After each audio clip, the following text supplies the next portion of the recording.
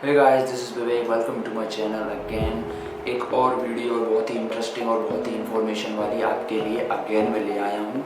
और ये है उन लोगों के लिए जो गेनिंग कर रहे हैं उसके बावजूद भी उनका वेट नहीं बढ़ पा रहा है। ठीक है, उनके लिए ये वीडियो काफ़ी इंफॉर्मेशन वाली हो सकती है और कुछ चीज़ें ऐसी बताऊँगा जो हो सकता है आपने पहले ट्राई नहीं की हो या फिर आपने ऐड नहीं कर रखी, जिसकी वजह से आपको गेन नहीं हो पा रहा है। Getup change, no problem. पहला point, keep increasing your calories को बढ़ाते रहो। देखिए, सबसे पहली बात तो ये आपको जानना ज़रूरी है कि आपकी बॉडी के अंदर एक मेंटेनेंस कैलोरीज होती है, यानी कि आपकी बॉडी को जितनी कैलोरीज चाहिए उतनी कैलोरीज। फिर दूसरी चीज़ होती है कि आपकी बॉडी को उतनी कैलोरीज देनी पड़ती हैं गेनिंग में जितनी आप बर्न कर रहे हो, उससे ज़्यादा एनर्जी जब आपकी बॉडी को मिलेगी तब बॉडी गेन करना शुरू कर देगी। यानी कि मेंटेनेंस कैलोरीज से ज़्यादा देनी है और जितना बर्न कर रहे हो उससे ज़्यादा देनी है।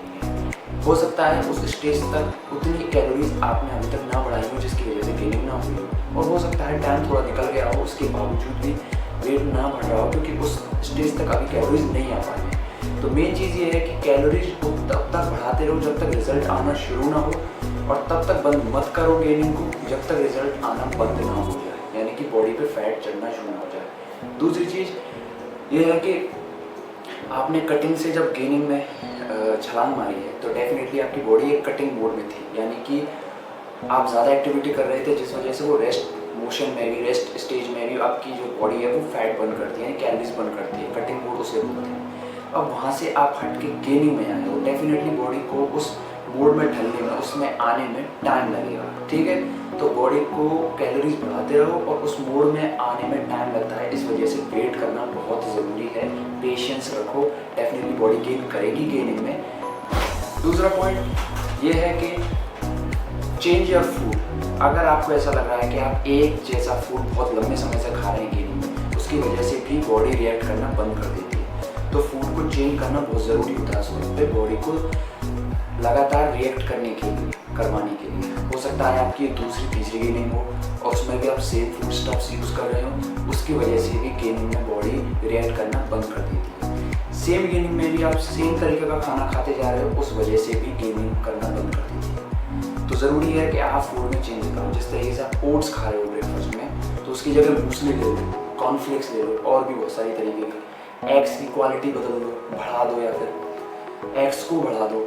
ठीक है, फिर उसके बाद अगर आप चिकन के अंदर चिकन लेग्स खा रहे हैं तो चिकन ब्रेस्ट खाना शुरू कर दो। वेजिटेरियन डाइट है तो दाल चेंज कर दो। तो फूड स्टफ जब चेंज होंगे तो बॉडी दोबारा से रिएक्ट करना शुरू कर देगी और गेनिंग करना शुरू कर देगी। दूसरा पॉइंट है ऐड वेजिटेबल्स, मोर वेजिटेबल्स।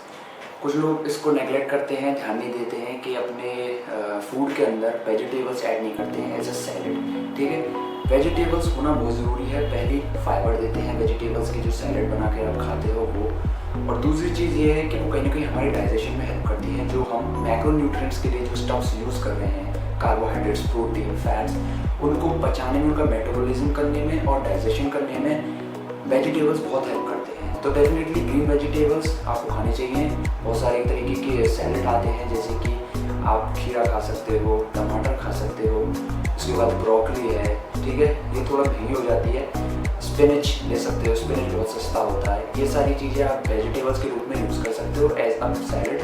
2 या 3 मील्स में आप बांट सकते हो उसे, जिससे आपका डाइजेशन बहुत अच्छा रहे। और जो चीज़ आप खा रहे हो, जैसे कि फाइबर की बहुत ज़रूरत होती है जब आप कोई डेंस प्रोटीन फूड खा रहे हो जैसे कि चिकन, इस वजह से आप फाइबरस फूड जैसे कि ब्रोकली या फिर और भी वेजिटेबल जैसे स्पिनच को खाना बहुत ज़रूरी होता है, जिससे वो कंप्लीट डाइजेशन हो जाए उसका। इसीलिए भी आपका डाइजेशन अच्छा नहीं है, इसलिए भी आपका वेट गेन नहीं। Don't skip salt. कुछ लोग कटिंग के बाद भी गेनिंग में जब जाते हैं तो सॉल्ट को यूज़ नहीं करते हैं। गेनिंग में सॉल्ट का यूज़ करना ज़रूरी है। कटिंग में करो मत करो, ये आपके ऊपर है। ठीक है, आपको जिस तरह की बॉडी चाहिए उस तरीके से आपकी गोल्स होनी चाहिए। बट सॉल्ट बहुत ज़रूरी होता है। पहला, इसके अंदर सोडियम होता है जो हमारी बॉडी के अंदर वाटर कैपेसिटी बढ़ाता है, जिसकी वजह से वेट बढ़ता है। बट आपको वाटर कैपेसिटी का वेट नहीं बढ़ाना है, डेफिनेटली मसल बढ़ाना है, वो ठीक है, मानता हूँ। बट कहीं ना कहीं हमारे डाइजेशन का लेवल भी बढ़ाता है, ब्लड प्रेशर को कंट्रोल में रखता है। कुछ लोगों का ब्लड प्रेशर डाउन हो जाता है क्योंकि वो सॉल्ट यूज़ नहीं करते हैं इस वजह से। ठीक है, क्योंकि पानी की कमी हो जाती है। पानी की कमी नहीं होने देगा, वाटर कैपेसिटी ज़्यादा होगी, पानी ज़्यादा होगा बॉडी के अंदर, तो जो खाना खा रहे हो वो डाइजेस्ट अच्छे से होगा। डेफिनेटली आपको ज़्यादा पानी पीना चाहिए, ये भी एक अच्छी चीज़ है। बट सॉल्ट भी होना चाहिए आपकी डाइट में, जिससे उससे अच्छा मेटाबॉलिज्म और डाइजेशन होगा। फिर आता है skip cheat meals, go for refeeds. ठीक है, आपको अपनी गेनिंग के अंदर high carb day, low carb day रखना बहुत ज़रूरी होता है। ठीक है, चीट मील्स मत खाओ, burger, pizza, this is bullshit, sorry guys, इन सब चीज़ों को मत खाओ तो अच्छा है। ठीक है, चीट मील्स अगर आपको चाहिए तो आपको बनाना पैनकेक, ऐसी चीज़ें बनानी चाहिए, शेक्स, ये चीट मील्स काफ़ी हेल्दी होते हैं। ठीक है, इन सारी चीज़ों को खाओगे तो इसका कोई फ़ायदा आपको मिलने वाला नहीं है, डेफिनेटली आप ज़्यादा कैलोरीज लोगे, इसका कोई मतलब नहीं निकलता कि अब मेरा मन कर रहा है। हेल्दी फूड खाओ और ये दिमाग में रखो कि मुझे हेल्दी खाना है, तभी मेरी ग्रोथ होगी, तो डेफिनेटली आपका मन नहीं करेगा। ठीक है, तो रिफीड्स खाओ, यानी कि हाई कार्ब डे रखो, कभी कभी लो कार्ब डे रखो, जिससे आपका डाइजेशन अच्छा बना रहे। ठीक है, ये दोनों चीज़ें बहुत हेल्प करती हैं आपके डाइजेशन को बरकरार सस्टेन रखने के लिए सेम डाइट पे। ठीक है, रेस्ट डेज बहुत ज़रूरी होते हैं गेनिंग के अंदर, मोस्टली गेनिंग के अंदर। पहला, बॉडी रिकवरी के लिए। ठीक है, दूसरा डेफिनेटली गेनिंग के लिए। मैं बताता हूँ कैसे। मैं पहले 20 से 30 दिन के अंदर एक छुट्टी लेता था कटिंग के टाइम पे या फिर मेंटेनिंग के टाइम पे। गेनिंग आई, गेनिंग में मैंने धीरे धीरे 5 दिन में एक रेस्ट डे लेना शुरू कर दिया, फिर 4 दिन में एक, फिर 3 दिन में अब एक रेस्ट डे ले रहा हूँ, यानी 3 दिन वर्किंग डेज फिर एक रेस्ट डे। इससे क्या होता है, आपकी बॉडी डेफिनेटली ज़्यादा कैलोरीज ले रही है, और एक दिन ऐसा आता है जिस दिन आप कोई एक्टिविटी कर ही नहीं है, फुल रेस्ट डे, कार्डियो भी नहीं कर रहे, उस दिन आपकी जो टोटल सारी जो क्लीन कैलोरीज होगी वो आपकी बॉडी में एज अ एनर्जी यूज होगी, जिससे आपका वेट बढ़ेगा। तेज़ी से नहीं बढ़ेगा बट डेफिनेटली धीरे धीरे बढ़ेगा। अगर आप क्लीन कैलोरीज ले रहे हो और रेस्ट डे फुल ले रहे हो तो डेफिनेटली फैट इकट्ठा नहीं होगा, क्लीन कैलोरीज पे अच्छा ही जो है मसल्स कह सकते हैं, या फिर आपका अच्छा वाला वेट जो है वो गेन होगा। ठीक है, तो रेस्ट डेज बहुत ज़रूरी है आपकी बॉडी रिकवरी के लिए भी और गेनिंग के लिए भी। और मैंने ये चीज़ नोटिस की है अपनी बॉडी के अंदर कि जब से मैंने अपने रेस्ट डेज बढ़ाए हैं तब से मेरी बॉडी अच्छा गेन कर रही है, अच्छा मेटाबॉलिज्म रहा है, डाइजेशन अच्छा रहा है, ट्रेनिंग भी अच्छी हो रही है, और डेफिनेटली जो बॉडी में जो पेन रहता था बॉडी पार्ट्स में ट्रेनिंग के बाद में, वो कहीं ना कहीं बीच बीच में ख़त्म हो गया। इससे मैं अपनी बॉडी जो अपनी एक्सरसाइज वर्कआउट है उसकी भी फ्रिक्वेंसी बढ़ा देता हूँ बॉडी पार्ट्स की, यानी कि हफ्ते में 2 बार बाइसेप, 2 बार चेस्ट, इस तरीके से।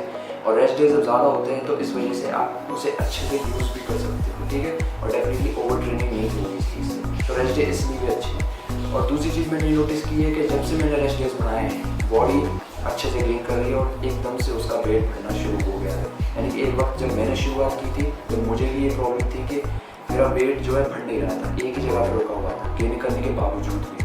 और धीरे जैसे मैंने और प्रोटोकॉल्स अपनाए, जैसे कि रेस्ट डे, कैलोरीज बढ़ाता गया और भी, जैसे कि वेजिटेबल्स, ये सारी चीज़ें, रेस्ट डे का बहुत अच्छा यूज़ हुआ और डेफिनेटली गेनिंग हो रही है और चलते जा रही है। मैं तब तक बंद नहीं करूँगा जब तक, मैंने बताया था आपको कि जब तक मेरे रिजल्ट्स आना बंद नहीं हो जाएगा, बॉडी पे फैट बढ़ना चढ़ना शुरू नहीं करेगा।